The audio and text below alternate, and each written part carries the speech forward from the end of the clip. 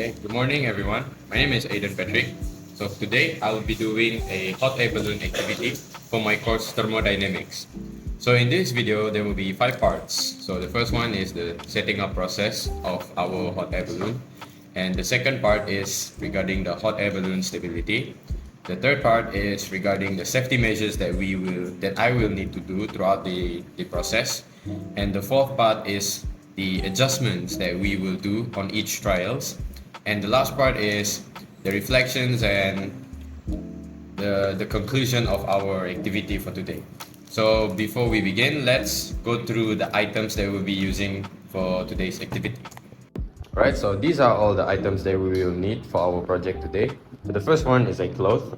Second one is a small container since I don't have a basin, and aluminum foil, some rubber bands just in case, a scissor, a water bottle, mineral water bottle actually, and some balloons and some tapes. So all of these materials have their own functions for our project. As for like the first one here, the cloth, it acts as an insulator to prevent heat loss. And the container is the items that we will need to put the hot water inside of it. So this will contain all that hot water. And this is aluminum foil. It is also act as a insulator, but at the same time, it is a good reflective barrier to prevent the radiant heat from going out of it. So basically, when we put this thing in the basin or on top of it, it will reflect the heat, the radiant heat from the hot water back to the water. So the second one is the balloon. So the balloon here is what we're going to actually test out because we want to see if it deflate or inflate and how much will it inflate and deflate. And this is our water bottle. So it acts as a control system in which the amount of air here will be manipulated by the heat transmission from the hot water. And the rest, like the rubber band, the tapes, is what we will use to hold everything together. And the scissor is just an extra material that we will need to cut the tapes and all. So before we begin, let me explain to you the safety measures that I'm doing for this project. So as you can see right now, I'm actually in the kitchen. And the main reason I'm doing this project in the kitchen is because we're dealing with hot water.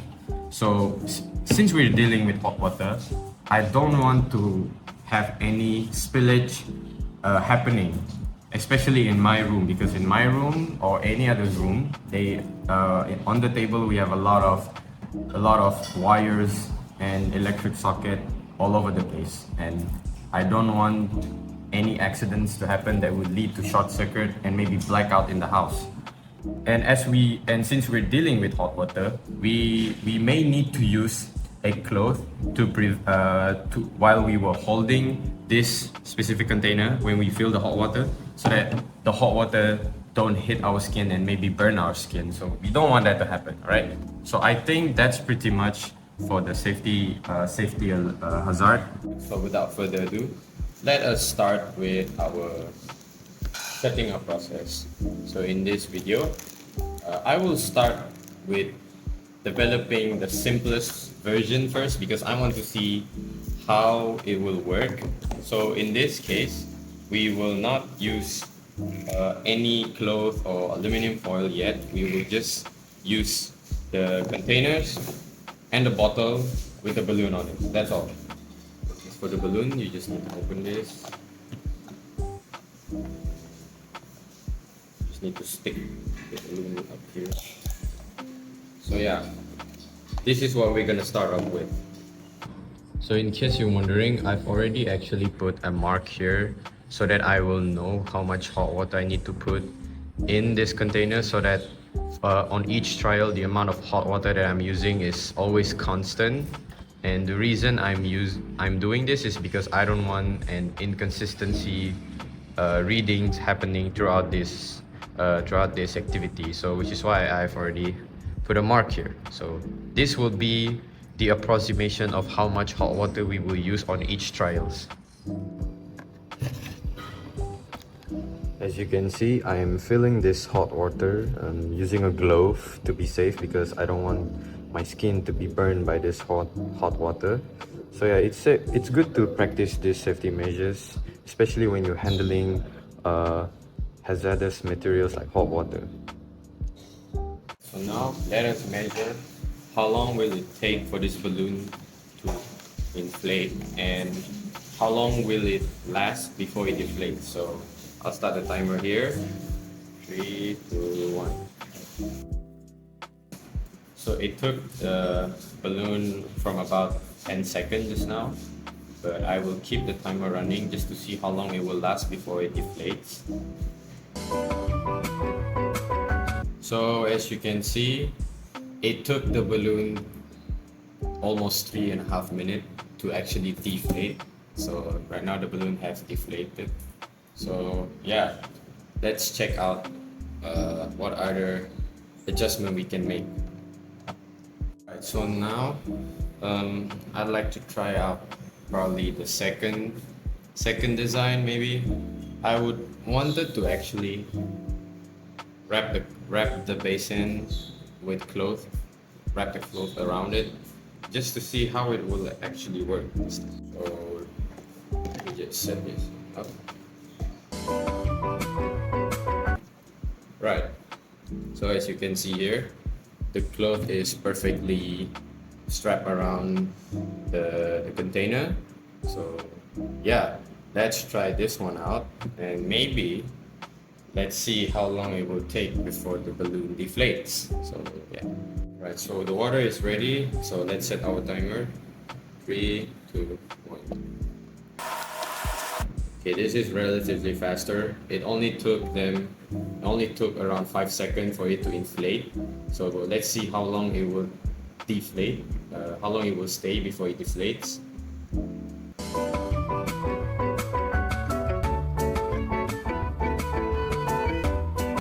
Alright, that was actually the longest one yet.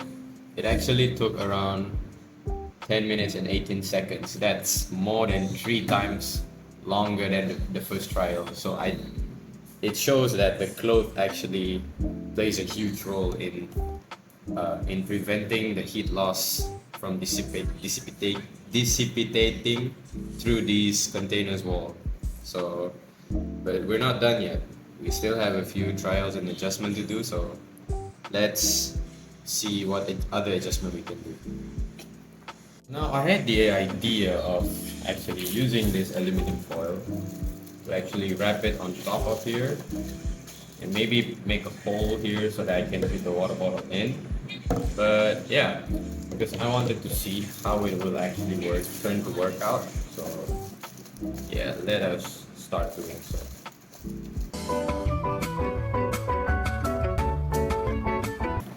So as you can see, I've been concealing the top part, except I left a hole on the top part so that I can put the bottle in. So let's try it out. Let us begin in 3, 2, 1. Okay, this one took a bit longer. It took like 10 seconds for it to inflate. But let's see how long it will hold before it deflates.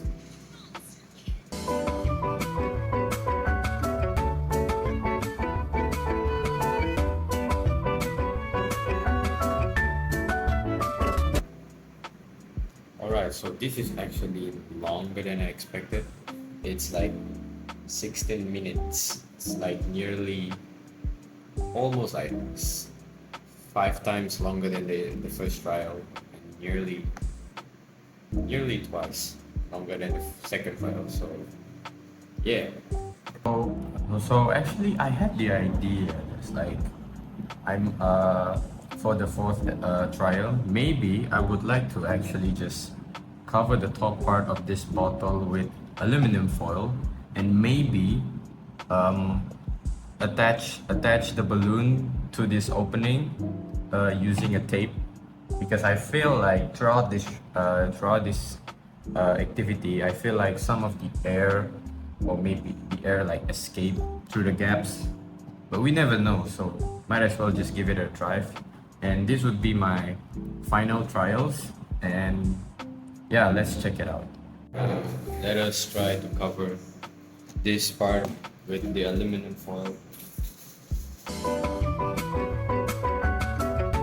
Okay, so as you can see, I've sealed the balloon on top so that no air is being lost. And alright, so let's get it started. So the hot water is ready and the timer is ready, so I think we could start in 3, 2, 1. Okay, so the balloon inflated in 9 seconds now. I forgot to show it to you. So yeah, let's see how long this balloon will stay inflated before it deflates back.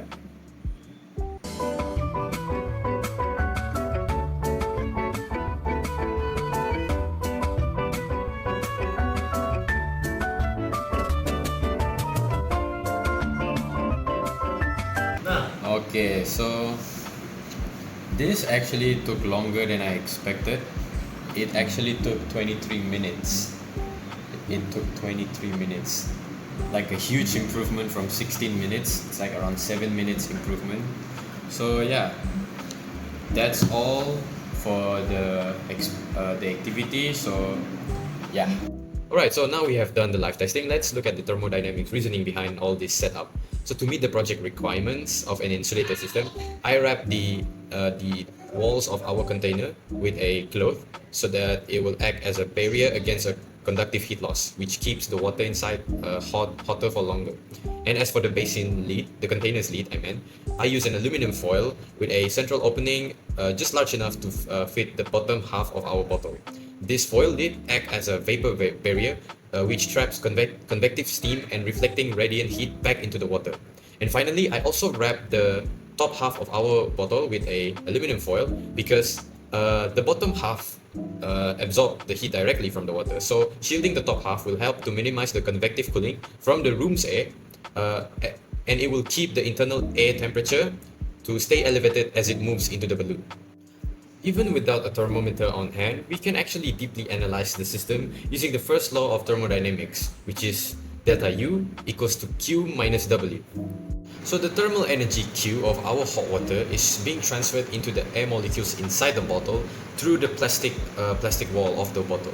So according to the ideal gas law, as the temperature of the air inside the bottle increases, the volume will also expand. This actually increases the internal energy, which is delta U, which allows the air molecules to do the physical work against the wall of the balloon, which actually causing it to inflate.